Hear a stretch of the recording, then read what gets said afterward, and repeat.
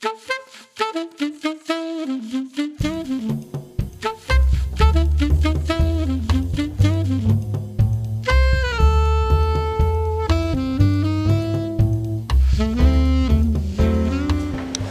vamos começar falando um pouco de gentileza urbana. Para a gente é fundamental as pessoas inseridas no meio ambiente. É muito importante que a gente tenha qualidade de vida. Então, para começar, a gente vai falar um pouquinho sobre a calçada. Exatamente.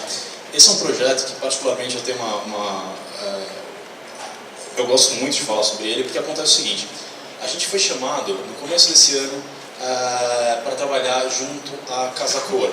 A Casa Cor é uma mostra de decoração, de arquitetura e decoração. E esse ano eles contactaram a gente e falaram assim: olha, a gente precisa de vocês porque a gente tem um problema muito sério, a gente queria conversar com vocês. Que era o seguinte: eles tinham simplesmente um problema de acesso. Eles pensaram em fazer o acesso na bilheteria que ficava aqui.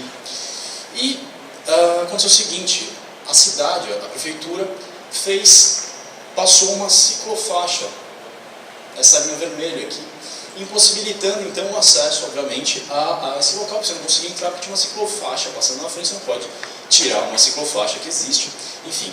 Então a ideia foi o seguinte: não, simples, a gente faz, as pessoas param depois, onde termina essa ciclofaixa, ela faz uma curva e elas voltam andando. Só que esse voltar andando, a gente estava falando de algo em torno de 200 metros. 200 metros são 2 quarteirões, mais ou menos, né? Numa calçada que tinha umas condições muito ruins. A gente falou: pô, vamos fazer do limão uma limonada, vamos pegar isso e transformar essa calçada numa referência de uma cidade, uma referência de uma calçada que a gente achar legal, naquilo que a gente acredita que poderia ser possível colocar em todas as calçadas de todas as cidades. Essa aqui era a calçada que a gente tinha para trabalhar. E nossa ideia foi o seguinte: pô, vamos fazer o seguinte, vamos melhorar ela, vamos fazer as faixas verdes, vamos mostrar o que seriam as biocanaletas, vamos trocar a iluminação, vamos fazer uma série de coisas. A gente chegou a essas conclusões e falou: vamos fazer.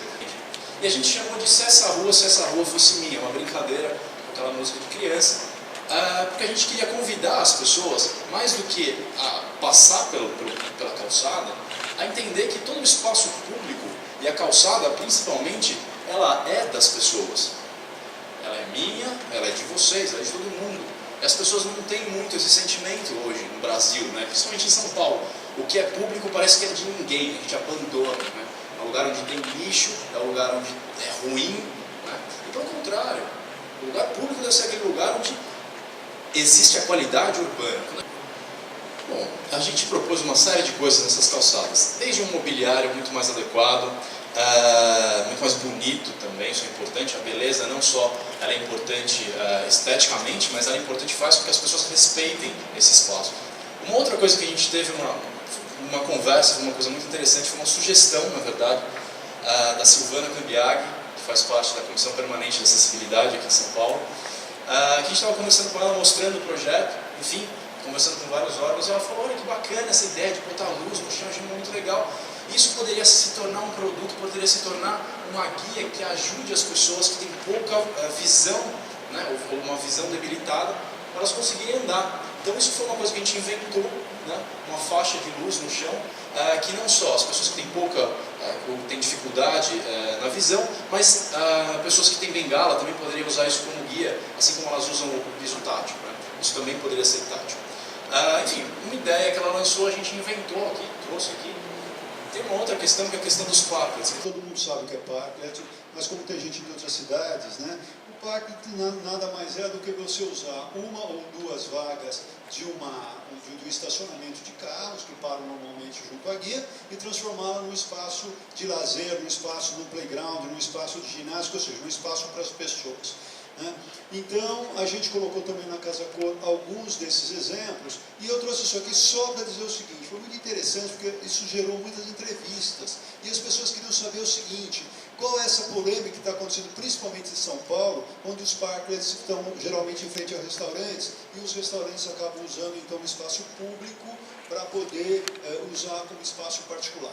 Essa história da você realmente se apropriar de um espaço público pelo poder privado, né? Pela iniciativa privada.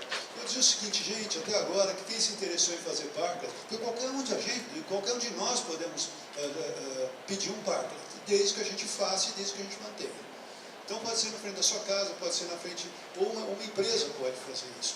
Mas eu vejo um grande potencial, principalmente nas nossas periferias.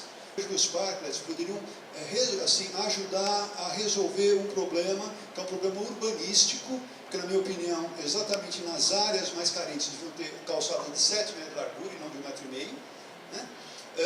Para exatamente você ter uma área de lazer, usar a calçada como um centro de encontro das pessoas. Aparece o parque, que tem vaga também para bicicletas, poderiam ser áreas de ginástica, né?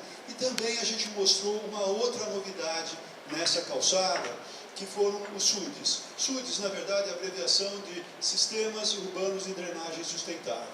Nesse caso aqui é uma amostra, isso ficaria enterrado ou na guia ou junto ao muro, para que, na verdade, são caixas, né? Esses sistemas são caixas que criam vazios e esses vazios acumulam água. É muito simples, né? Aqui mostra um croquis, né? A água drena, principalmente a água das ruas, ela tem uma pré-filtragem e ela acumula dentro dessas grandes caixas. Você vai colocando uma caixa ao lado da outra, faz um caixão grande, né? Aí acumula água. Aí você pode destinar essa água para um uso. Por exemplo, isso poderia estar envolto com uma manta impermeável, e aí você poderia bombear essa água para o reuso, por exemplo. Ou então ela está envolta com uma manta permeável, e aí você drena essa água pelo solo, hidratando o solo. Aqui está um exemplo dos dois tipos, né? Aqui é um exemplo que tem a tubulação, hoje, que é o que acontece hoje. Essa tubulação deixa os solos, então, desidratados, porque tudo corre dentro de tubo, e nesse caso, então, com os SUDs, você vai hidratando o solo, o que é muito bom para a cidade. Quando a gente melhora a umidade relativa do ar, a gente tem menos doenças, a gente tem uma qualidade do ar melhor, a gente tem menos poluição, enfim, ele traz um benefício.